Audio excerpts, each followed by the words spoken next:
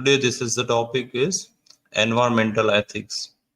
We have discussed so many aspects about ethics and ethical standards like business ethics and corporate governance. Business ethics means how businesses are there and how their ethical standards are there, how their ethical standards should be. We have discussed about so many aspects of morals, values. We have discussed about culture, cultural aspects. We have discussed about different ethics in different areas, different countries, states, and cities and regions. Even we have discussed with religions and ethics. Even we have discussed about organizational ethics and personal ethics, individual ethics. Now this is environmental ethics. Perhaps environmental ethics is the most prior thing what we should discuss or we should take care, because as in last lecture we have discussed about how beautiful life would be, or where you'd like to pass your leisure time, where your retirement home should be, and most of the answers would go towards nature or natural aspects, like greenery would be there, pollution free atmosphere would be there, you'd be playing with your spouse, you'd be with your sons, daughters, your grandchildren, and you'd be happy over there. So if you'd be taking care of environment, then and then only such type of picture would become true, or for our next generation we would be offering them clean and clear atmosphere or environment. These are some of the things what I have covered, but it's not there in your GTU syllabus, or it's not there in environmental ethics. But why I have covered this, why I have taken, because I wanted you to know all these things what are related to ethics. First is carbon credit. Carbon credit is a permit that allows the company that holds it to emit a certain amount of carbon dioxide or other greenhouse gases. One credit permits the emission of a mass equal to 1 ton of carbon dioxide. It means countries that started thinking about carbon dioxide emission. So what are greenhouse gases? Greenhouse gas is a gas that absorbs and emits radiant energy within the thermal infrared range, causing the greenhouse effect. The primary greenhouse gases in Earth's atmosphere: the water vapor, carbon dioxide, methane, nitrous oxide, and ozone. So first of all, greenhouse gases like carbon dioxide, carbon monoxide, sulfur trioxide, methane, ethane, propane, butane, nitrous oxide, or ozone, or even vapor. Such type of greenhouse gases, they increase the temperature of the atmosphere of the earth. Now what would happen if temperature would increase? Presently we might have seen before 10 to 20 years earth's atmosphere during summertime in India it would be near about maximum 40 degree, but at present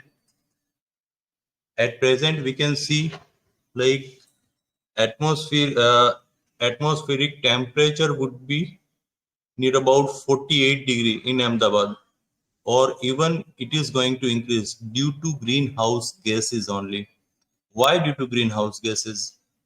Because greenhouse gases, they absorb thermal infrared vibrations and rays of the sunlight, or ultraviolet rays would be there. It would be absorbed due to such type of greenhouse gases, and due to it atmospheric temperature would increase. Now what would happen if atmospheric temperature would increase? Because in Sri Ganganagar of Rajasthan, the world record is 51-52 degree. So even such type of temperature would be there and people would live over there.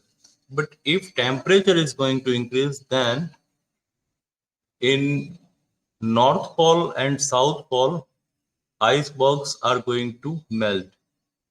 Icebergs are there. If icebergs would melt, then what would happen? Then it would convert to water, and that water would go to oceans, Atlantic Ocean, Pacific Ocean, Indian Ocean. Ultimately, in that all the oceans, water level would go up. Now, if water level would go up, what would happen? 2012 movie. If water level would go up, then the whatsoever cities and whatsoever areas and whatsoever regions are there nearby seashore, they are going to sunk. And even if temperature would increase, then so many species, flora and fauna, they are going to be affected. So carbon credit has most of the nations has given this much importance to carbon credit. And even Kyoto Protocol is there. The Kyoto Protocol is an international treaty which extends the 1992 UN Framework Convention on Climate Change that commits states means here nations, parties to reduce greenhouse gases emission. Emission means evolution. Based on the scientific consensus that part 1 global warming is occurring and part 2 it is extremely likely that human made CO2 emission have predominantly caused it. The Kyoto Protocol was adopted in Kyoto, Japan 11 December 97 and entered in force on 16 February 2005. There are currently 192 parties. Canada withdrew from the protocol effective December 2012 to the protocol. As Canada withdrew, even US withdrew, and even India and China and Brazil and South Africa, such type of nations, they have raised questions for Kyoto Protocol. Like US and Europe, such type of countries, they have developed like anything during last few 1 or 2 centuries. But it is time to develop for developing nations like India, Brazil, and South Africa, Malaysia, Indonesia. So, if you'd be imposing such type of protocols or such type of things, then if carbon credit would be less, if carbon emission would be less, means ultimately factory outcome or factory production will be affected.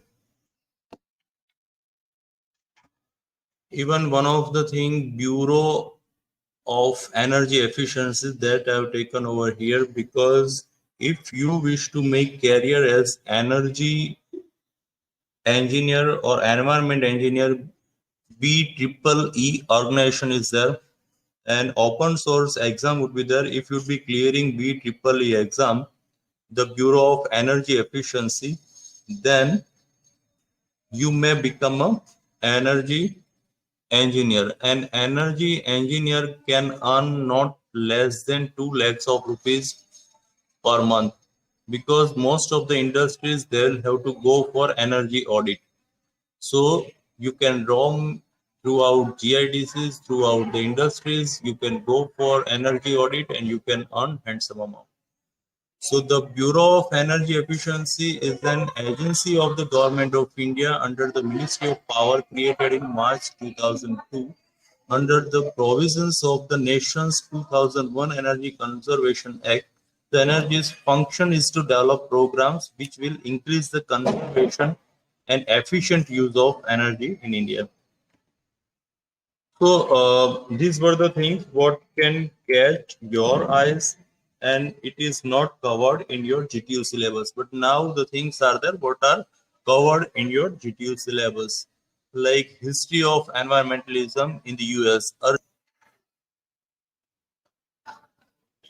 Am I audible to you?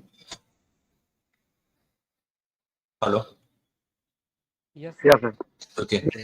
History of environmentalism. First of all, let's discuss what environmentalism. Environmentalism means to know about the environment, to know about the atmosphere of India, to the globe, to know about the pollution level we have created uh, during just 200 to 300 years. During 16th century, there was industrial revolution in Europe, and after that 1900 onwards, 1950 onwards, each and every country, each and every nation, they had some industrial revolution, and even in India, so many industries are there, and we have started creating pollution, and ultimately we have affected environment like anything. So early 20th century establishment of national parks by Teddy Roosevelt's administration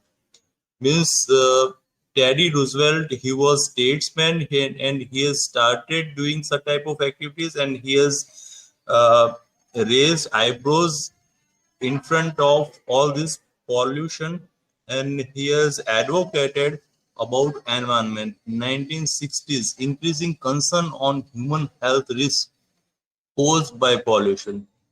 Environmental laws exacted by the US Congress. Creation of the Environmental Protection Agencies, EPA, community-led recycling programs, protests against polluting businesses in Not in My Backyard, NIMBY campaigns. So all these type of campaigns and non-governmental agencies and all these advocating groups, human rights groups, environmental groups that started advocating about protecting environment. So that was inception of environmentalism. So environmental preservation, role of stakeholders. The stakeholders are the public, the media, environmental groups, corporations, and the government. Who are stakeholders for the environmental preservation? Each and everyone, each and every human being, and not only human being, each and every animals and birds, not only animals and birds, but plants too. Not only plants, but each and every flora and fauna, even you can include bacteria or viruses. They are stakeholders. They wish the Earth's atmosphere would be green like anything. The Earth's atmosphere would be clean and clear like anything. So the public are stakeholder, even media, environmental groups, corporations mean all the companies and the government. Future outlook of environment. Environmentalism in the 21st century can be characterized by three principles that serve as basis for continued activism and policy formulation. So, three characterizations are there. First is public and private partnership. Public and private partnership means government and private partnership would be there for environment concern, for the things what you can do to save environment, to protect environment, to reduce carbon credit, to reduce pollution. International cooperation. Why international cooperation?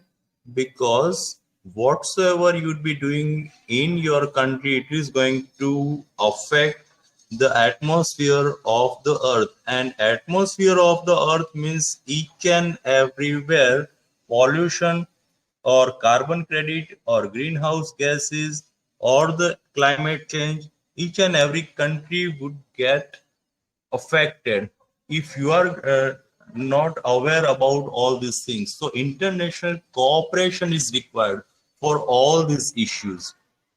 Sustainable development, as we had discussed earlier, sustainable development, such type of jargon, it has evolved during last 2 decades, last 2 to 3 decades only. Otherwise, earlier the time during 16th century, it was just production era, means produce and nothing else. Whatsoever you'd be doing, whatsoever you'd be producing, market would be there, and so many people would be there, demand would be there, and each and everyone is going to use your product. Then it was product era.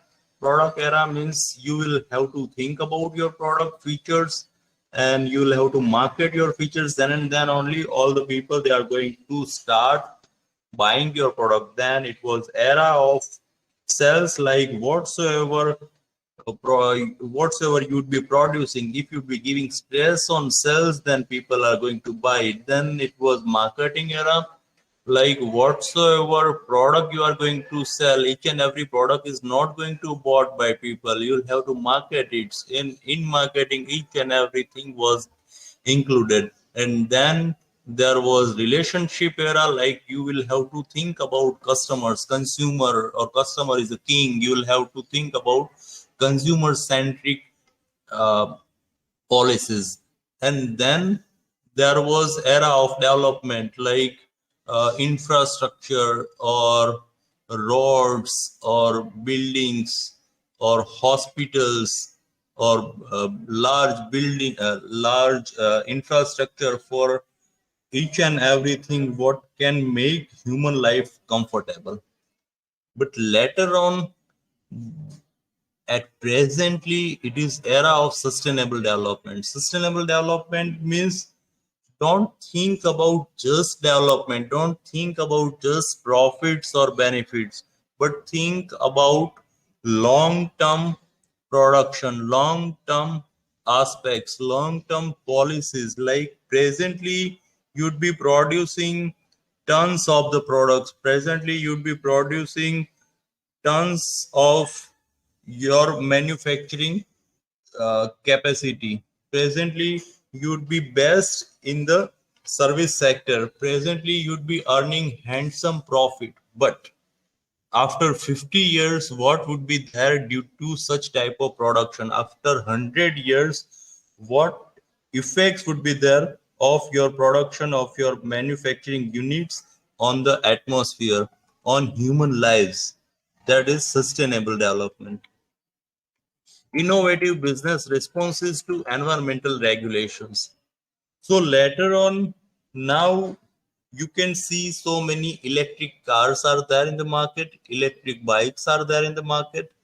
So why electric cars or electric bikes are there? Why Tesla, Elon Musk, why Apple, Google, Facebook, they have started about alternative energy resources? Because we have used energy resources like coal or petroleum, diesel, kerosene, petrol or petroleum gases, like anything. And nearest future, coal won't be there, oils won't be there, and we will have to live our life, we'll have to lead our life without all this type of resources. So alternative resources are required to be invented, to be discovered, and that's why so many companies, so many research and development organizations, they have started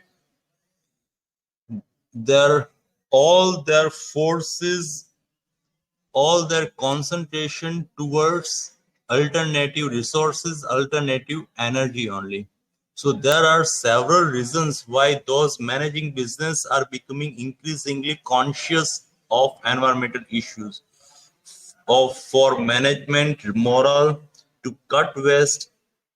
Cut waste means uh, whenever you'd be producing something, whenever you'd be a manufacturing unit, whatever raw material would be, if you will consider raw material as 100 units, then your finished units would be near about 10 9 90 to 95. What does it mean? It means you are going to create some sort of residue, some sort of waste, and it may be 5% or it may be 10%. If you are going to reduce it, then if you'd be reducing it, then ultimately you are environment conscious. Benefits arising from pollution prevention. Advantages of taking proactive stance towards environmental regulation. Innovative business responses to environmental regulations. As I have told you about, electric motors or electric cars. But now even so many buildings, so many builders or infrastructure units, they have started making green building. Green building means less energy would be used over there. They would maximizing the use of sunlight or air circulation, or even they would start using windmill energy, even they would start using solar energy. So that's all about green design. Green design means minimum carbon credit, maximum output, minimum wastages, total quality products, total quality processes, and ultimately whatsoever they would be doing, their main concentration, their main emphasis would be on environment and human life only. Production of environment friendly products, packages, and processes, eco labeling. Presently, you might have observed organic products or organic agriculture, such type of buzzwords are there, like Amul ghee or Sagar ghee would be near about 600 or 700 rupees per kg. But if organic ghee would be there, then it would cost more than 2000 rupees per kg.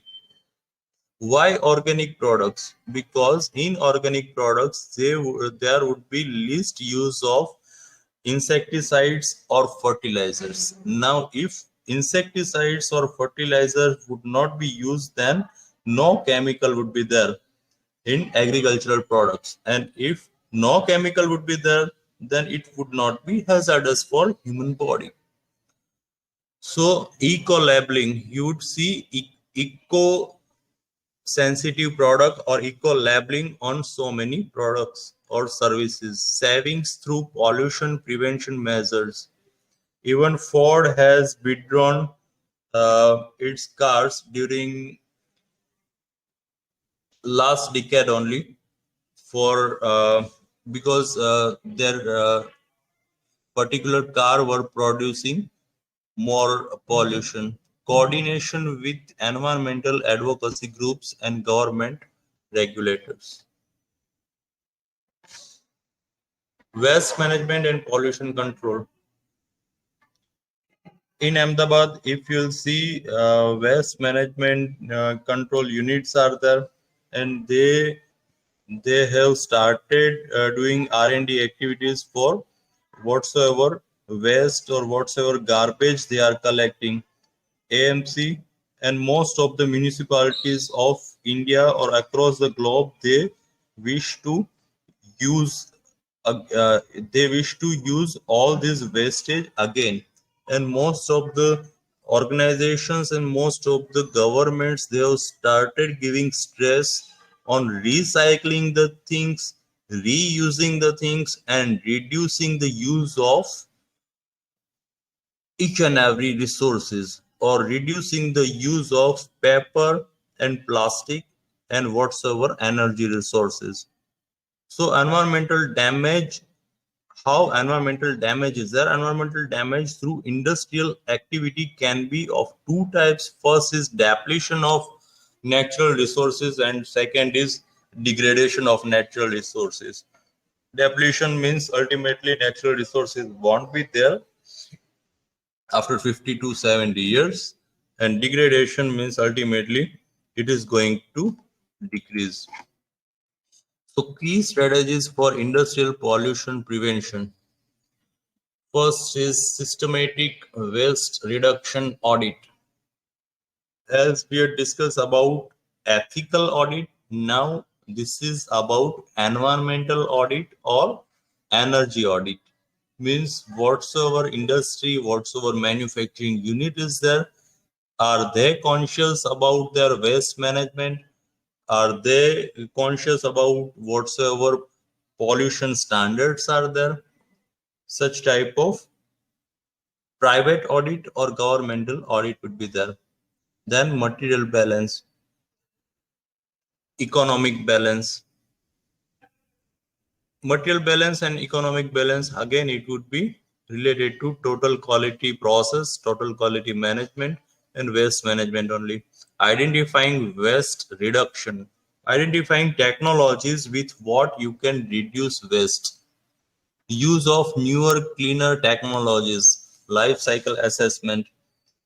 Even if you'd be having some sort of revolutionary idea or technology, what can reduce um efforts of energy or environment engineers, or what can reduce use of resources, then government would start giving support or subsidy to your manufacturing unit.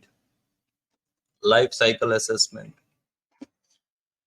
managing environmental issues.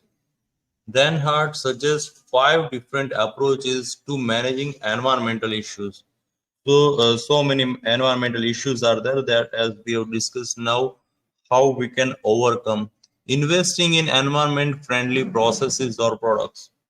As Canada, France, and US and UK, all these nations, they've started investing in electric cars, and they've kept standards or landmarks like before 2050 or 2060, no any pollution creating vehicles would be there in such type of nations. So they have started investing in environment-friendly processes, products, or technology. Managing environmental regulations. Managing means ultimately following or make people follow the things, or imposing the things. Government would impose with some sort of acts or some sort of audits. Investing in environmental performance improvement without increasing cost. Now that would be eye-catchy thing whenever a company, a manufacturing unit would start thinking about being environmental friendly. Their eyebrows would raise like my profits would go or cost would be higher. Now if technology or technological advancement would be there, what can reduce cost and it would be environmental friendly, then it would be even friendly to manufacturers. So combining all the three methods mentioned above to to change the basis for competition for each and everyone. Looking at environmental issues from a risk management perspective.